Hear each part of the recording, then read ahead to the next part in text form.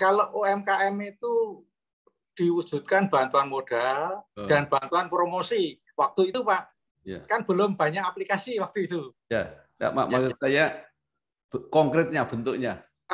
Kalau ada event-event promosi pameran, itu dipilih bergantian UMKM untuk ikut promosi.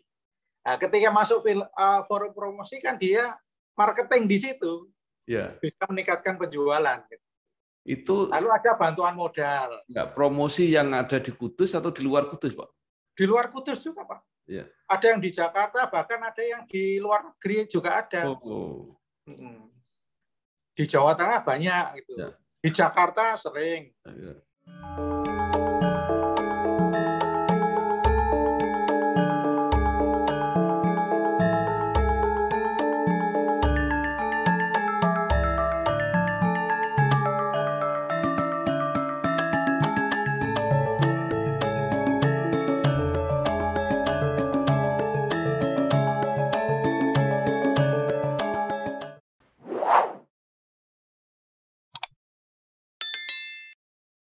Kudus kotaku, kota Kudus, kota wali, kota santri indah bagus.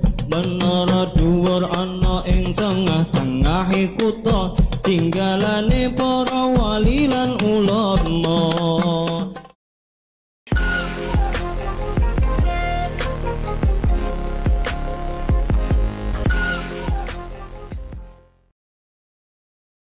Assalamualaikum warahmatullahi wabarakatuh. Waalaikumsalam warahmatullahi wabarakatuh. Bersama saya Bambang Sadono di kanal Inspirasi Jawa Tengah dan Inspirasi untuk Bangsa. Mudah-mudahan kanal ini selalu bisa memberi inspirasi, motivasi, dan edukasi. Kami sedang mempersiapkan beberapa video wawancara untuk ikut Mangayu Bagyo kenangan dan perjuangan Bapak Mustofa yang 10 tahun menjadi Bupati Kudus. Nah, saat ini saya sudah bersama dengan salah seorang mitra atau rekan kerja Pak Mustofa, yaitu Bapak Dr. Andes Broto Subagio MM. Betul Pak ya? Ya, betul. Ya. Beliau terakhir menjabat asisten 1 bidang pemerintahan Pemkab Kudus, ya. Tapi sekarang sudah purna. Ya. Apa kabar Pak? Baik-baik Pak. Alhamdulillah. Pak Broto ini lahir di Salatiga tahun 16 Desember 1952, betul Pak ya? Betul Pak. Ya. Iya. Pak, mungkin bisa diceritakan pengalaman Bapak termasuk pendidikan sampai akhirnya bekerja di Pemkab Kudus. Monggo silakan Pak. Ya, terima kasih Pak. Ya. Jadi saya lahir di Salatiga. Pendidikan lulus APDN Semarang tahun 75. Kemudian 4 tahun bekerja di Kudus, melanjutkan ke IIP, Institut Pemerintahan Jakarta. Ya. Itu lulus tahun 83. Kemudian ditempatkan di Kudus, bekerja di Kudus, lalu melanjutkan S2 di UMS, Universitas Muhammadiyah Surakarta, lulus tahun 2002. Itu pendidikan kami. Selamat dan sukses kepada Dr. Haji Bambang Sadono SH.MH dan Mas Bambang YR Sadono yang telah berkarya untuk bangsa selama 2 tahun melalui kanal Inspirasi Jawa Tengah, Inspirasi untuk Bangsa. Semoga karya-karyanya bermanfaat bagi bangsa Indonesia. Ya. Jadi selamanya di Kudus, Pak ya? Iya, sejak lulus APDN di Kudus terus. Ya. Padahal aslinya Salatiga. Iya, asli Salatiga. Nah, mungkin bisa diceritakan, Pak, sepanjang karir itu pernah bertugas di mana saja? Oh iya, terima kasih, Pak. Jadi saya lulus APDN itu mulai bekerja tahun 76. Oh. Ya. 76 mulai bekerja sebagai staf kecamatan, pegawai biasa itu. Ya. Sarjana muda tapi staf biasa di kecamatan. 2 tahun di Kecamatan Bae, 2 tahun di Kecamatan Gebok, baru meneruskan ke IIP Jakarta. ambil doktoralnya. Setelah dari IP kembali ke Jawa Tengah, ditempatkan lagi di Kudus. Ya, ada 9 jabatan yang saya jalani, Pak. 1 Kepala Bagian Humas tahun 83. 2 Camat Kota tahun 84. 3 Kepala Bagian Kepegawaian tahun 93. 4 Kepala Dinas P dan K tahun 94. Kemudian 5 Kepala Kantor Catatan Sipil tahun 99. 6 Kepala Bapeda tahun 2000. 7 Kepala Dinas Perhubungan tahun 2003. 8 Kepala Dinas Pariwisata dan Kebudayaan tahun 2007.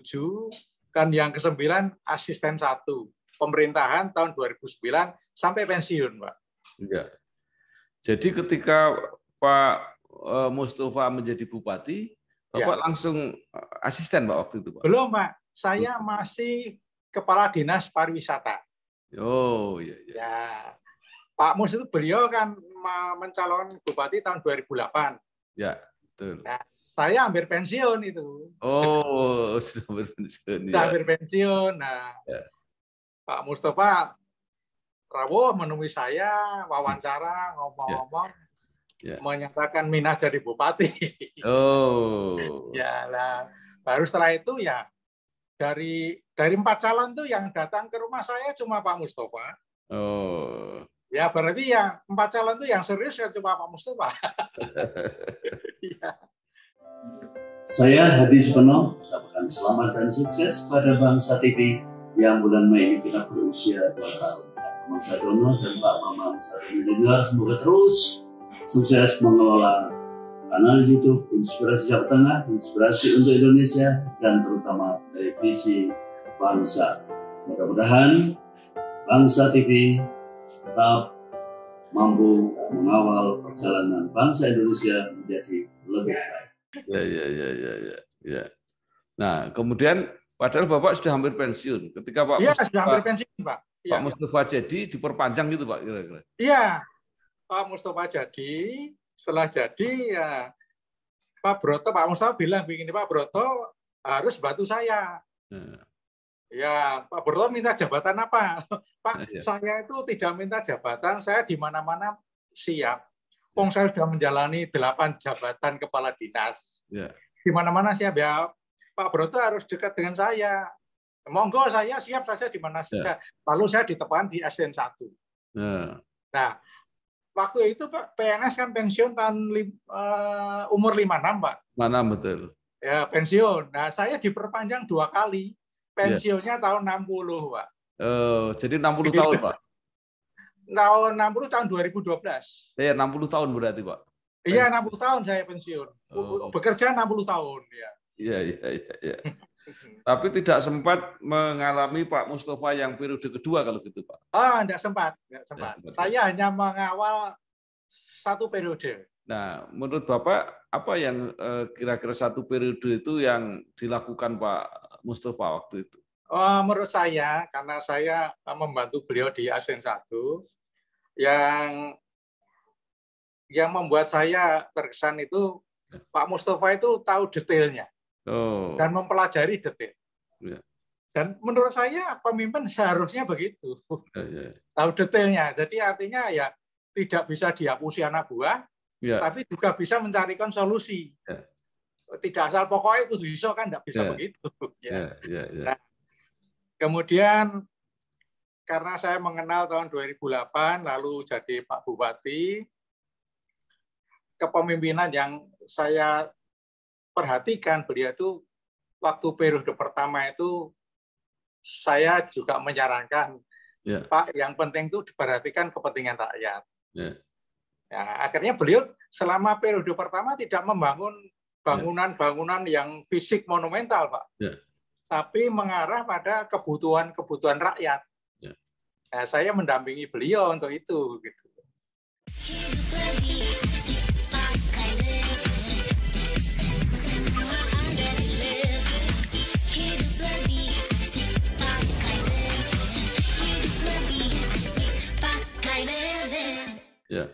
Jadi misalnya apa Pak itu yang diarahkan? Yang menarik itu ada beberapa hal, Pak. Ya. Yang pertama itu ada santunan kematian bagi warga yang tidak mampu. Ya. Ini sangat dirasakan manfaatnya. Ya. Yang kedua, sekolah gratis. Ya. Yang tidak mampu dibiayai Pemda harus lulus SMK atau MA atau SMK. Ya. Ya. Kemudian bantuan untuk RT RW yang dulu belum ada. Ya. Zamannya Pak Mustafa pertama kali diberikan itu. Tiap tahun ada bantuan uang untuk RT dan RW, bantuan operasional. Ya. Kemudian bedah rumah bagi yang tidak mampu, Pak. Yang sudah tidak layak huni diberi bantuan untuk dibangun jadi rumah yang layak huni. Ya. Kemudian support UMKM. Nah, kemudian yang sakit berobat gratis, dirawat di rumah sakit umum kelas 3. Ya. Belum ada BPJS waktu itu, Pak. Ya. Ya, jadi dirawat di kelas 3 gratis. Yang menarik ini, Pak, KTP. Dulu belum ada iKTP. Ya. Adanya SIA, Sistem Informasi Administrasi Kependudukan. Ya, saya membantu Pak Mustafa itu akhirnya bisa diprogram kegiatan rakyat membuat KTP gratis di desa, Pak. Tidak perlu datang ke kabupaten. Ya. Nah, caranya kita kerjasama dengan operator seluler, kemudian menempelkan alat di tower menara, dikonek dengan desa. Di setiap desa ada printer dan komputer. Orang datang di desa itu cetak KTP asal datanya lengkap, 5 menit jadi. Dan itu saya kira baru pertama kali di Indonesia itu. Itu temuan yang bagus. Sekarang sudah ada KTP, ada chip, berarti harus dicetak di kabupaten atau di kecamatan. Ya. Tapi dulu sudah sampai di desa, Pak, itu. Zaman itu ya, sampai dicek oleh Pak Gubernur waktu itu, Pak Bibit Waluyo, datang ke desa di Undaan. Ternyata bisa dicetak betul. Itu kemajuan di bidang administrasi kependudukan waktu itu.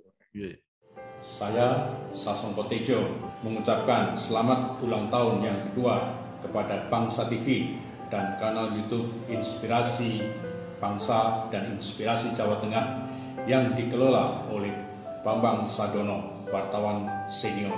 Semoga sukses dan semoga mendapatkan respon atau mendapatkan tempat di hati masyarakat Jawa Tengah dan masyarakat Indonesia pada umumnya.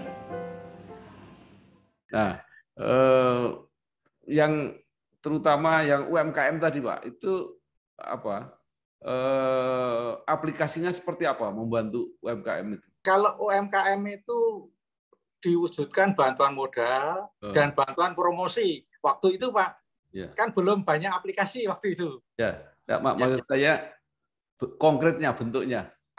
Kalau ada event-event promosi pameran, itu dipilih bergantian UMKM untuk ikut promosi.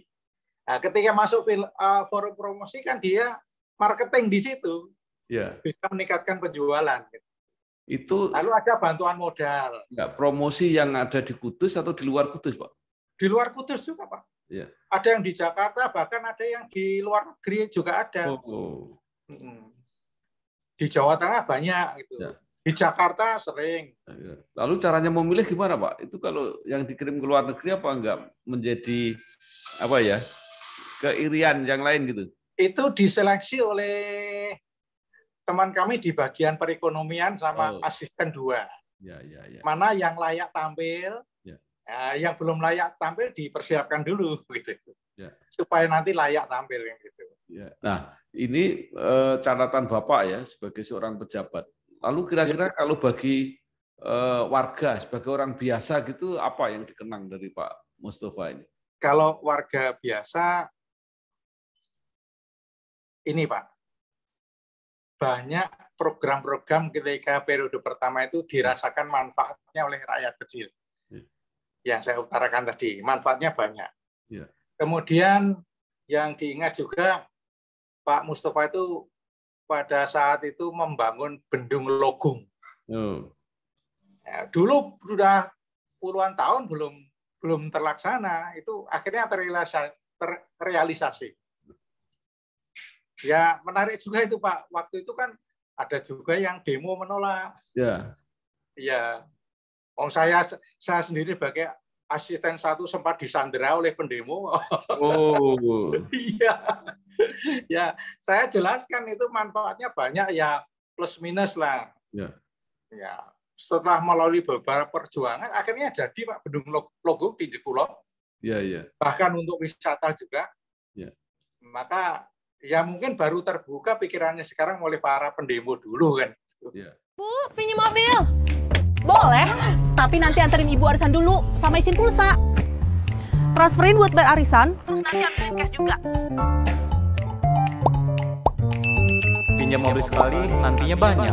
Makanya perbanyak transaksi, kumpulkan poin, lalu tukar dengan kupon undian di BNI Mobile Banking dan menangkan hadiahnya. Gak pakai nanti.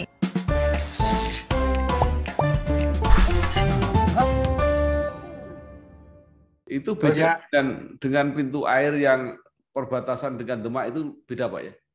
Oh enggak Pak, ini yang menahan air dari Gunung Muria. Oh ya, dari di atas. Dari atas ya. Ya.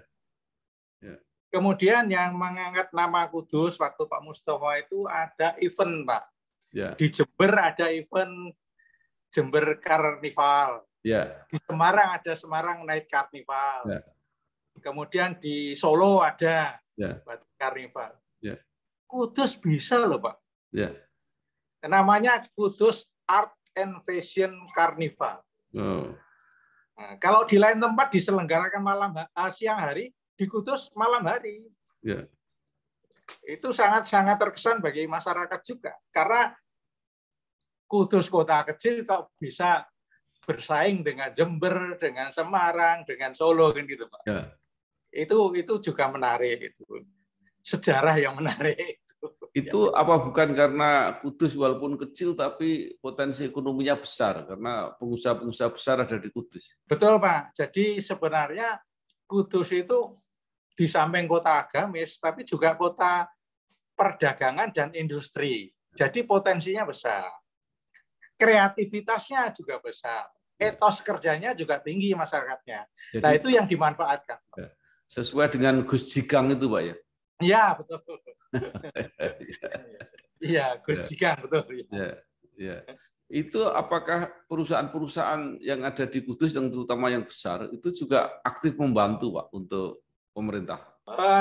Perusahaan-perusahaan besar itu banyak membantu, berpartisipasi, membangun hal-hal yang bermanfaat untuk rakyat.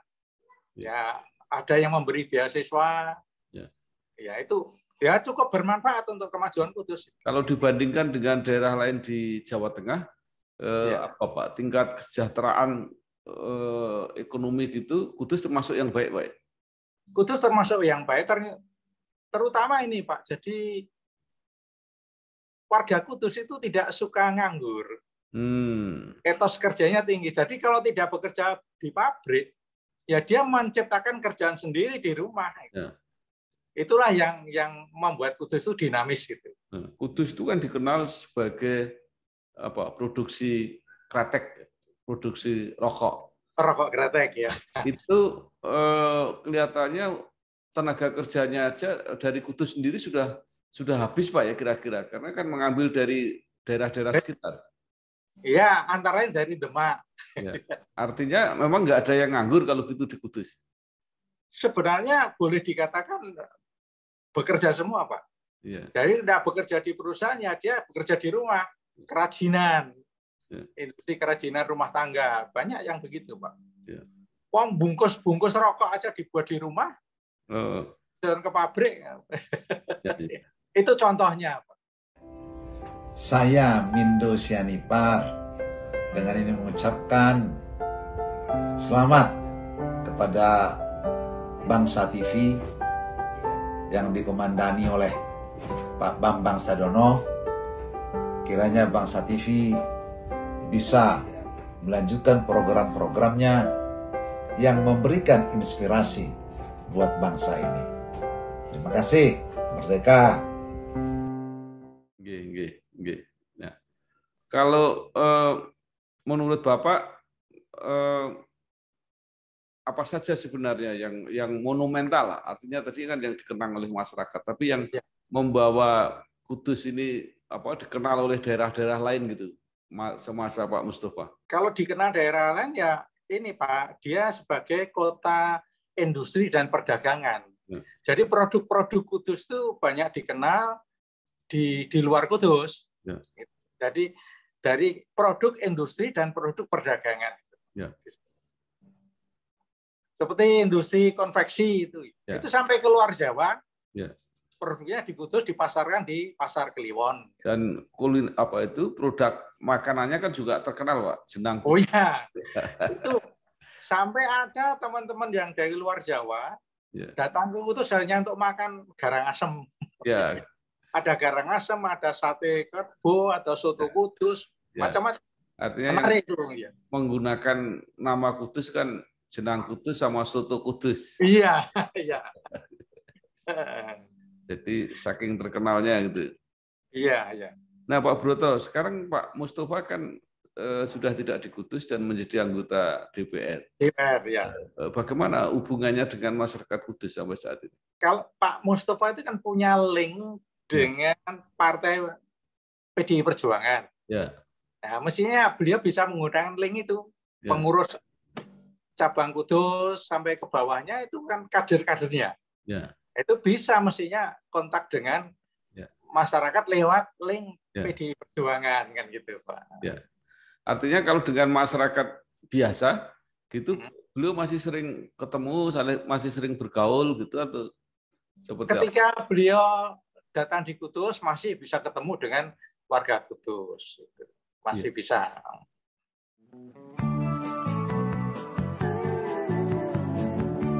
Soal KPR dan punya rumah, dari dulu cuma ada satu nama, satu bank yang megang banget. Sekarang A sampai Z-nya serba digital buat kita. Cukup satu website untuk mulai cari hunian yang oke.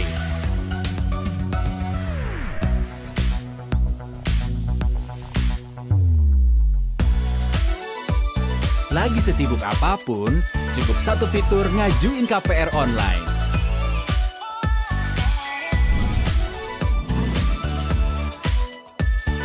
Sampai satu aplikasi biar gampang bayar biaya rutin. Kini, semua ada di jarimu. Satu nama dengan pengalaman 45 tahun memimpin segmen KPR. KPR, pasti BTN. Ya. Baik Pak, terakhir mungkin Bapak masih ada harapan atau saran ya, baik Pak Mustafa sebagai anggota DPR RI maupun sebagai pribadi itu menurut Bapak apa yang masih harus dilakukan? Iya Pak, mumpung Pak Mustafa itu berkiprah di pusat sebagai anggota DPR dan skalanya sekarang mestinya tidak hanya terbatas Kudus, minimal Jawa Tengah lah. Ya. Saya dan sebagian rakyat itu sangat berharap, Pak. Sangat berharap. Ada satu masalah yang sudah puluhan tahun tidak selesai di Jawa Tengah. Yaitu apa, Pak? Jalur jalan Semarang-Sayung. Oh, Semarang-Sayung. Berapa puluh tahun tidak selesai. Iya kan, Pak? Tidak selesai. Gimana selesainya? Ya mestinya dengan tindakan konkret. Nah, kalau Pak Mustafa di DPR RI, harapan kami bisa mendorong penyelesaian itu. Misalnya begini, Pak. Jalur Semarang-Sayung, Semarang-Demak, itu kan jalur pantura. Jangan hanya diperhatikan ketika arus mudik, arus balik, atau arus tahun baru. Loh, itu macetnya tiap hari kok. Apalagi yang sekarang ini. Lalu alasannya yang muncul waktu itu alasannya itu kewenangan pusat, itu kewenangan provinsi. Lah rakyat itu kan tidak tahu pusat dan provinsi. Selesaikanlah, duduk bersama pusat, provinsi, kabupaten. Solusinya apa? Sebenarnya mudah. Kalau pikiran saya mungkin salah ya. Ruas tertentu tinggikan 1 meter. Sudah bisa dilewati, Pak. Lah nanti pinggirnya tergenang Pak Broto. Nanti tahap kedua penyelesaian yang kena genangan itu. Misalnya beli tanah di sekitarnya yang luas, dibuat kolam retensi. Airnya masuk ke situ. Untuk daerah tertentu bisa dibuat rumah terapung. Nah, akhirnya bukan hanya istilahnya pembangunan kosmetika ya. Karung pasir dipasang. Itu kan pembangunan kosmetika. Tidak efektif kan, Pak. Mesti begitu. Itu tiap hari menderita. Padahal itu jalur ekonomi Pantura. Mau lewat mana kalau situ rusak, Pak? Kalau mau pulang Salatiga susah, Pak ya? Oh, susah. Makanya saya bisa cerita, Pak. Karena saya sering lewat situ. Dan mesti ada kendala dan sudah puluhan tahun. Kok tidak ada langkah yang efektif yang sebenarnya mudah loh, Pak ya. Menurut penglihatan saya duit ya ada, teknik yang memungkinkan, kenapa tidak direalisasi kan gitu. Nah, harapan saya Pak Mustafa bisa mendorong itu. Itu manfaatnya sangat besar, tidak hanya untuk rakyat Jawa Tengah, Jawa Barat, Jawa Timur yang lewat situ. Dan itu jalur ekonomi. Jalur ekonomi sangat vital itu. Kalau bisa selesai sangat-sangat hebat. Baik. Meskipun ada jalan tol loh, Pak.